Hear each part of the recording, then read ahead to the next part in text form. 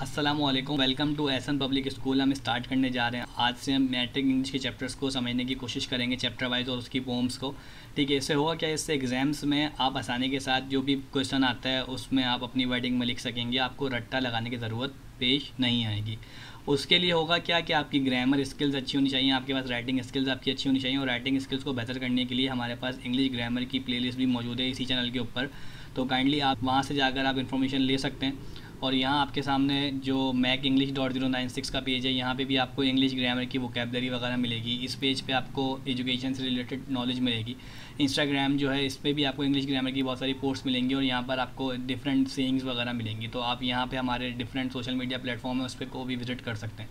तो चलिए स्टार्ट करते हैं।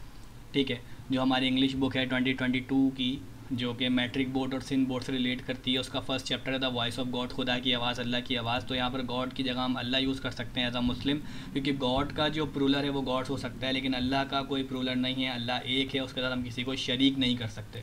ठीक है, तो चलिए स्टार्ट करते हैं। इस पोम को स्टार्ट करने से पहले हम इसके ऑथर के बारे में थोड़ा सा जानेंगे। इंट्रोडक्शन ऑफ पोएट, इसके शायर के बारे में जानेंगे। ठीक है, this poem is written by Louis I Newman. ये पोम लिखी गई थी लुइस आई न्यूमैन के ज़रिए, जो कि 1893 के अंदर पैदा हुए और 1972 में वफ़ात पा गए। He was born in Providence Rhode Island USA. ठीक है, वो पैदा हुए प्रोविडेंस रोड आइलैंड के शहर यूएसए के अंदर। He studied at Brown University, उन्होंने ब्राउन यूनिवर्सिटी में स्टडी किया। And after his doctorate lectured at at Columbia, और कोलंबिया से डॉक्टरेट लेक्चराट करने के बाद he is the author of many books, उन्होंने बहुत सारी किताबों के वो क्या बने, ऑथर बने।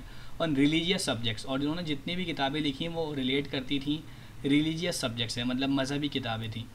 This pome brings out his religious bent of mind, ये जो पोम थी वो लेकर आई इनका एक religious bent of mind. Religious bent of mind का मतलब होता है किसी भी चीज़ से बहुत ज़्यादा गहरा इंटरेस्ट डेवलप करना है, बहुत ज़्यादा सोच के उन्होंने ये पोम को लिखा था और बनाया था। ठीक है, और उन्होंने इनका जो इंटरेस्ट था as compare to other poems इस पोम में ज़्यादा देखा गया था। तो चलिए स्टार्ट करते हैं इस पोम को। I sought to hear the voice of God, मैंने खुदा की आवाज़ सुनने की कोशिश की। And climb the topmost steeple, और सबसे ऊंचे मीनार पर चढ़ गया, या सबसे ऊंची चोटी पर चढ़ गया आप कह सकते हैं। But God declared, but Allah declared, लेकिन अल्लाह ने कहा कि दोबारा नीचे जाओ, गो डाउन अगेन, दोबारा नीचे जाओ। आई ड्वेल अमंग द पीपल, मैं लोगों के दरमियान रहता हूँ। तो अल्लामा इकबाल का एक शेर है ना कि दिल पाक नहीं तो पाक होता नहीं इंसान, वरना इबलीस को भी आते हैं वज़ू के फ़राइज़ बहुत। तो अगर आपने अल्लाह की आवाज़ को सुनना है, या अल्लाह को पाना है, या अल्लाह के साथ अल्लाह के ज़्यादा करीब होना है, ठीक है, तो आपने उसकी मखलूक के साथ भी अच्छा रवैया और अपने हार्ट से, मतलब कहते हैं ना कि अपने सॉफ्टवेयर को क्लीन करना पड़ेगा। जैसे एक होता है हार्डवेयर, एक होता है सॉफ्टवेयर। ठीक है, तो अगर हमारे मोबाइल का या हमारे कंप्यूटर का सॉफ्टवेयर करप्ट हो जाए तो हमारा जो हार्डवेयर है वो कितना भी अच्छा हो, लेकिन वो हमारे लिए बेकार होता है। इसी तरीके से जो हमारी सोल होती है, वो हमारा जो अंदर का एक इंटरनल सिस्टम होता है, जो हमारी रूह होती है, हमारी रूह पाक होनी चाहिए, हमारा दिल साफ़ होना चाहिए, हमारे दिल के अंदर क्लैरिटी होनी चाहिए कि अगर हमारा सॉफ्टवेयर क्लीन है तो हो सकता है शायद हम खुदा की आवाज़ सुन सकें। ठीक है, तो इस पोम में यही है कि अल्लाह ने कहा कि मैं लोगों के दरमियान रहता हूँ, क्योंकि अल्लाह पाक ने भी फरमाया कि मैं तुम्हारी शरक से भी ज़्यादा करीब हूँ।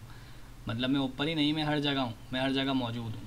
अगर मुझे पाना है तो मेरे लोगों के साथ अच्छा रवैया रखो, और सारे हुकूक जो हैं, पड़ोसियों के हुकूक हैं, माँ बाप के हकूक़ हैं, बहन भाइयों के हकूक़ हैं, बीवी के हकूक़ हैं, शौहर के हकूक़ हैं, मुख्तलिफ़ हकूक़ को पूरा रखो।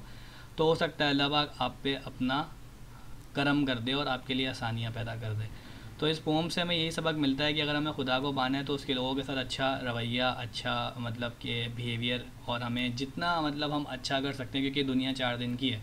ठीक है, तो हमने एक इम्पैक्ट क्रिएट करके जाना है, लोगों के लिए आसानी करनी। कहते हैं ना कि जो इंसान आने वाली जनरेशन का सोचता है वो अपने वक्त से आगे निकल जाता है। तो एक अच्छे तालिब इल्म होने की निशानी ये है कि वो ना सिर्फ अपने बारे में बल्कि अपने इर्द गिर्द और अपने आने वाले लोगों के बारे में भी अच्छा सोचे। तो यही एक अच्छे स्टूडेंट की, टीचर की, और जो भी आप कह सकते हैं उसकी डेफिनेशन है।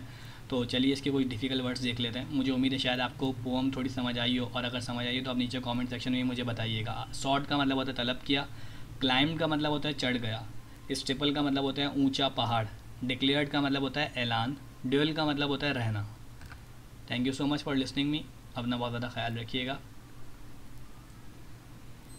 अल्लाह हाफिज़।